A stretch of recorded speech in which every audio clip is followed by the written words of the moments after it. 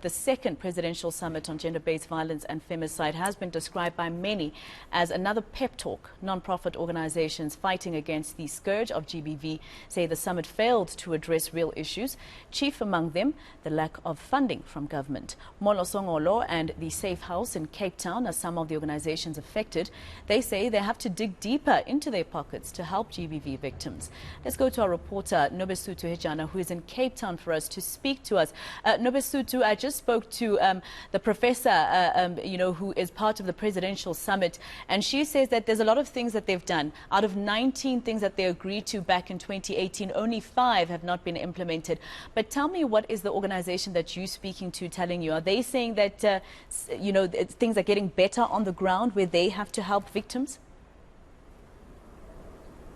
Well, Nosethu, we spoke to Patrick Solomons from Molo Songolo earlier on. They received a letter from the Provincial Social Development Department informing them that for the next financial year of 2023-2024, they can expect budget cuts. Now, they deal with victims that are mostly children who come from very vulnerable backgrounds, or most of them have been victims of gender-based violence. And he was just telling us about the impact that this will have on them, especially where they have to monitor cases that go to court, and supporting staff members or hiring social workers. And with the budget cuts, all of those will be impacted. But we're now at the Safe House, where we'll be speaking to Kathy Cronier. She's just going to be highlighting some of the issues also. They have not yet received the letter about budget cuts, but she's saying that they are living from pocket to mouth because of the dire situation. Kathy, thank you so much for your time.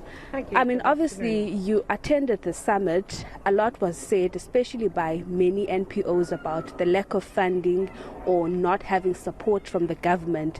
Tell us about the Safe House, the impact that you guys have, especially with not having enough money.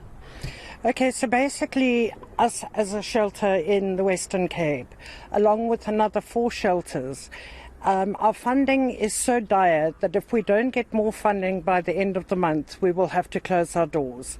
As we spoke earlier, another shelter has already closed, and in the Western Cape Women's Shelter Movement, there are another 3 that are literally going to close within the next 2 months. So when the first summit came along, the President promised 1.6 billion rand. On the ground, we've never seen that. Now we go to another summit that must have cost absolute millions. All we've really got out of it is an NSP, the National Strategic Plan, but there isn't even a way to fund the National Strategic Plan. So how are they going to fund shelters? They expect all these services to be done by shelters, because remember, we are at the cold face of gender-based violence. Women run to us with nothing but the clothes on their backs, or to the police stations and the hospitals. And we look after every single one of their needs for 3 or 4 months thereafter. So with no money, how on earth are we going to look after these women?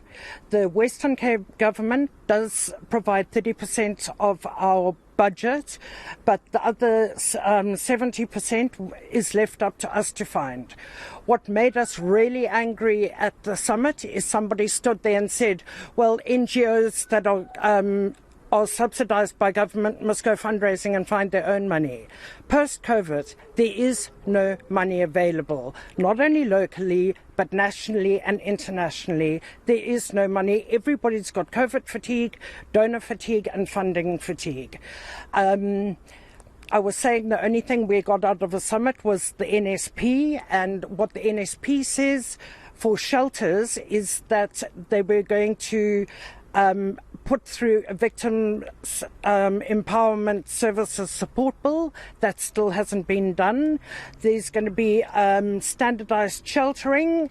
To an extent, Western Cape has standardized the sheltering, but nowhere else in the country.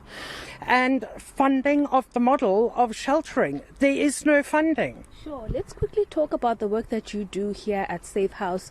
I mean, tell us about the work that you do in different communities across the Western Cape and the impact all of this has on you?